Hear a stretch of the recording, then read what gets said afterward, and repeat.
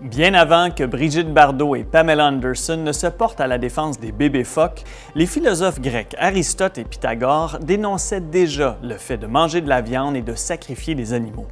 Aujourd'hui, on se donne bonne conscience en achetant des œufs de poules supposément élevés en liberté ou en devenant carrément végétalien. La question du bien-être des animaux se fait de plus en plus présente dans l'actualité. Et il n'y a pas que les parcs, cirques et autres zoos qui font les frais des pressions des groupes animalistes.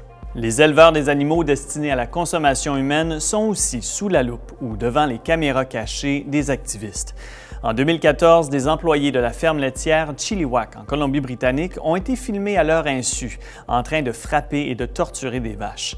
L'entreprise a récemment plaidé coupable à 3 chefs d'accusation et a dû payer une amende salée.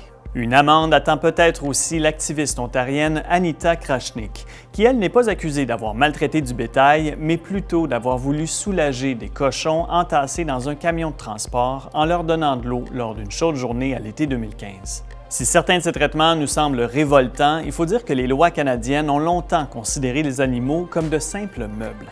En 2014, l'organisme Protection mondiale des animaux a accusé le Canada d'avoir des lois dépassées et insuffisantes.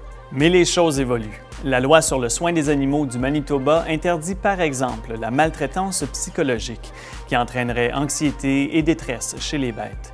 Le Québec a emboîté le pas avec son projet de loi 54, adopté à la fin 2015, qui redéfinit l'animal comme un être doué de sensibilité. Une qualité qui manifestement échappe encore à bien des humains.